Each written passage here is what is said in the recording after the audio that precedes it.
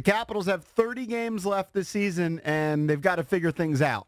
Yeah, it's interesting, So what have they? They lost 7 of 8, something like that, 8 of 9. Yep. They had a nice win coming back from the break right over Calgary without Ovi, but then they lost a tough one to Boston, even though Holtby and the defense, they played out of their minds, right? They played great. Just lose a tough one. Holtby played a great game against I think Boston. it might have been his best save percentage in the regular season for maybe a game he lost. But, awesome.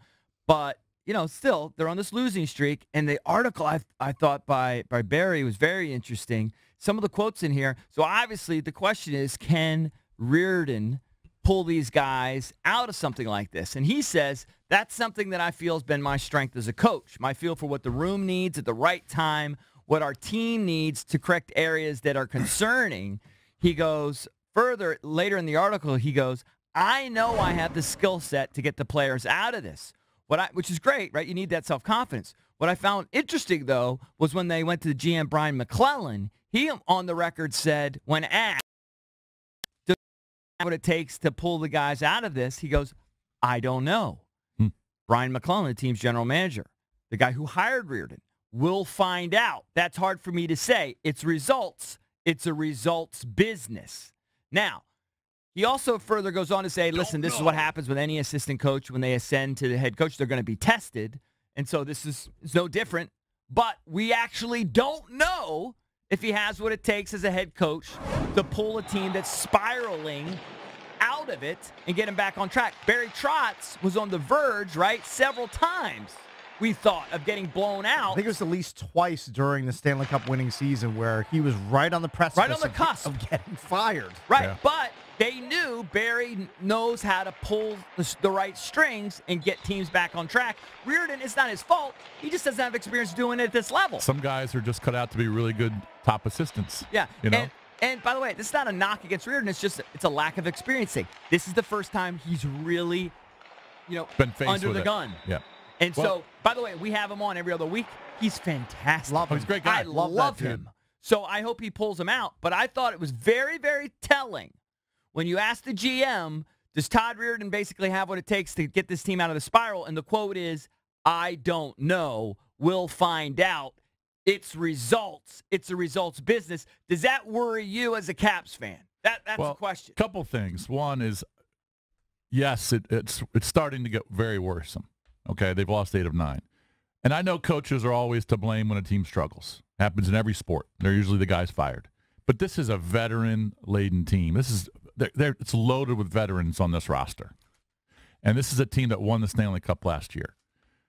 I think we're blaming the coach more than we should be. I think we should start really blaming the players. Yeah, and also I think you can't find a more difficult job than inheriting the Stanley Cup champs. Yeah, tough shoes to fill with Barry Trotz departing. Yeah, I mean, you got all the weight of all the expectations. You haven't even had a chance yet to kind of set your own tone, your own identity. You're assuming you're taking the reins of the defending Cup champ. That's not easy. A lot of what Reardon's going through is what Davey Martinez went through last year. Right. Now, Davey Martinez didn't inherit a World Series champion, but he certainly inherited a team that was loaded with talent. They thought they were on the cusp of it. On the cusp, and there was a lot of expectations for this team, even though, some fans probably said, let's give him a break. It was a short off season. But, it remains to be seen if he can bring them out of it. Losing 8 of 9. If they lose again, it's almost to the point where every game is big now. Right. Even with 30 games to play. I know we've gone down this road before. They've lost to teams on the back-to-back Teams that have before. come in with no rest, that's a team you have to take advantage of. And Remember the Islanders came in off a back-to-back? Sure. And there was another team that's escaping me that did the exact same thing. So they can lose to teams coming off back-to-backs, but it's almost to the point now where every game is a must-win, even though there's 30 games left. Right. Want to hear from Caps fans. What are you thinking about this team that's lost 8 of 9? Article in the Washington Post about Todd Reardon and whether he can push the right buttons to turn it around. 800-636-1067. A couple of things the article points out, specifically what they need to turn around. Kuzi, very inconsistent this year. Mm-hmm. Last year, there were moments when people thought, oh, he's going to be one of the best players in the game.